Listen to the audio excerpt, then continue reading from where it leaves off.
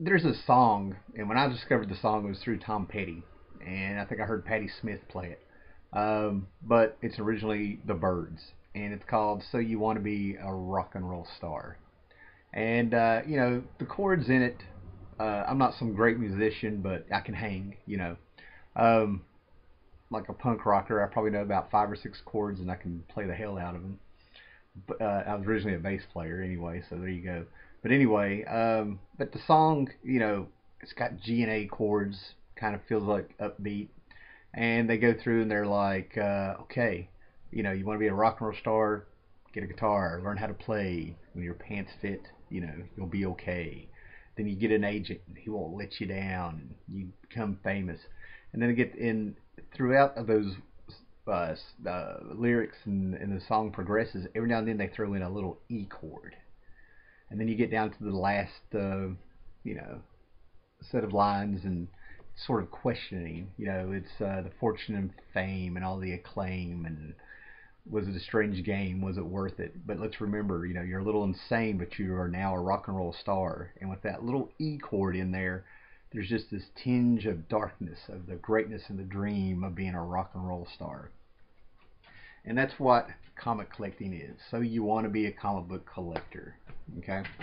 I don't know at the time of I'm recording this if I missed a video where somebody talked about their first time of experiencing the stigma of being a comic book collector. But it seems like this is the second time I think it's kind of cropped up from what I've seen. And, you know, we're at a time in comic book collecting where, in my opinion, and this is my opinion, that the fact that so much of it seems to be mainstream with the Marvel movies started in actually took off in 2008. All the TV shows, everybody singing geek culture and stuff, and how it's the thing and everything like that. I think it's an illusion, and I think the people who actually end up coming into the hobby, however they get here, that's cool. Through the movies and how, like I said, however they got here. But a lot of it's, just face a lot of it's the movies and the games and stuff nowadays, and the fact that it's got this illusion of being mainstream. Um, it's all fun. It's like the rock star song. It's all be a rock star, and it's cool and it's fun, and you get on here and you have a lot of fun with it. Everything's new, and you start hopefully getting the passion through the actual comics and the stories and the work, and it's so much easier to meet people through on with the internet and YouTube and everything, where you find these people, and you end up getting like in a little bubble, and then it happens. Um, you become you're a make it or break it comic book collector when you finally realize that the stigma is on there. The bubble that we live in as collectors, the false sense of security that's here. You always get reminded of a lot of people still look down on comic books and comic book collectors. The movies are separate from the comics. Comics have always had a stigma. They're garbage. They're for kids. Why would you want to do that? And I can't wrap my head around the thought process of the people that are like that. But make no doubt about it, you are outnumbered. All of us are outnumbered. And I'm seeing a lot, and some of the channels that I've watched, and I'll go ahead and say I kind of unsubscribed for them just because their bullshit has come through. Is kind of like when I talk about bullshit, like one of the channels I was watching, they claim to have collected comics for, let's say, 20 years, and they're saying this is the first time that they've ever experienced the stigma of comics, of somebody looking down on them. And there's a chain of these in the last 2 weeks with my feed, and I'm down to where I've kept two of the people because their authenticity of being shocked seemed authentic. So cool. Not saying they need my approval or anything like that, but as a viewer, if I want to watch something, I like it to be authentic and see a little bit of passion, for it. It's it's how I pick. So it just kind of cracked me up. It seems like every couple of years the new guys come in, and that is a break it or make it or break it moment when the reality comes in. It's not all fun and games being a rock star. And that's where the trap can come in, because out of all those videos I watched, I heard three words that you can finish the sentence in every one of those videos. I don't care. And it was finished up with like, I don't care what people think. I heard that one a lot, I don't care. I'm not worried about it and all this stuff. Well, yes, you do care, because you made a video talking about it, and some of you guys were visibly upset. Now, I made a video like this before, and I don't want to be a broke record, but you're getting a taste of what it was like to collect comics throughout, life and stuff. And all of us had the thing where I never really, I come off and I say I really don't care, didn't care either. It was my thing, my comics, but I kept them in a closet. You know what I mean? I didn't really try to push them on my friends, and it seems like if I wasn't in school, I was all right talking about comics outside of school, because in school I had guys who embarrassed me in front of girls, like tell them, right there, I'll be talking to a girl I'll never forget talking to the girl at the locker, thinking I'm getting somewhere, thinking I'm a big Mac daddy, high school, and having a couple guys go by and be like, "Hey Tim, your comic books, la la la." I've had people rip a comic book in front of my face. I've had three guys waiting for me to walk outside of a drugstore because it was comic book day and they knew where I was going when I got off the bus and stuff. And again, my big phrase, and I'll repeat it again.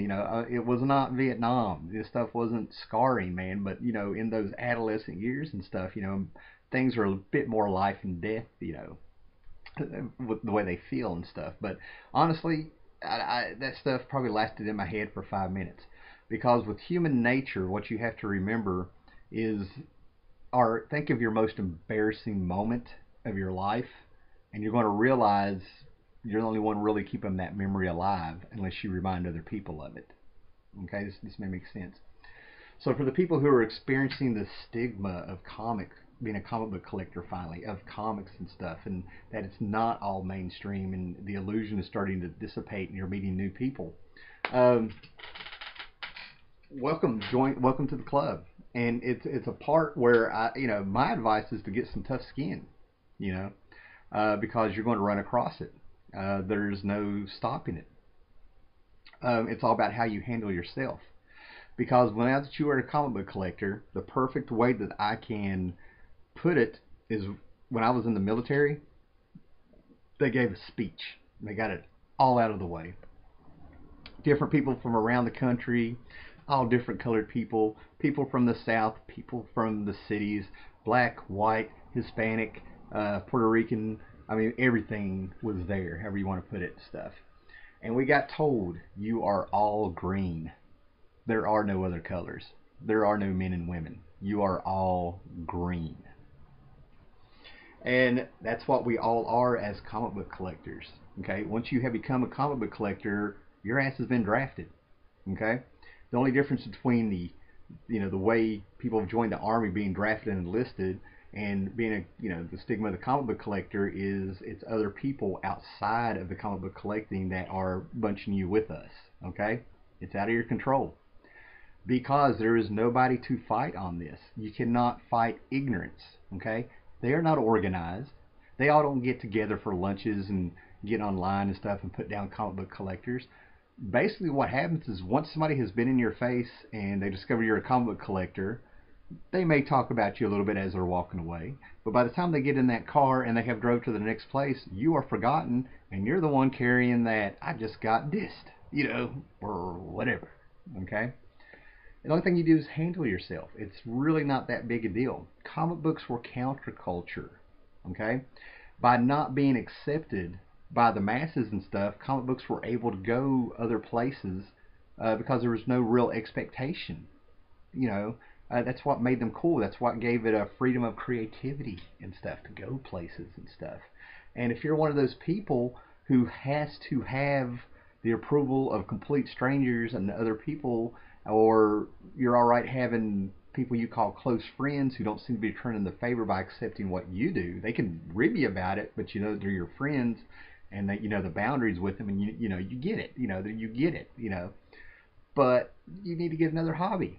you're going to run across this. I mean, I honestly now have reached a point of watching new collectors come in and meeting people out here, and people who actually used to make fun of me for making comics, but they were my friends. I knew, it wasn't like a deal breaker or anything. Calling me up or getting a hold of me on Facebook to explain stuff going on in the movies and stuff cracks me up. I mean, it really does. Because anything that you go through now with the stigma of comics, people looking at you, I guarantee it is nothing like some of us more seasoned people did. And how do you handle yourself? There is a responsibility that you can accept or not accept. Is that you are in the army now. You are green like all of us because you're a comic book collector.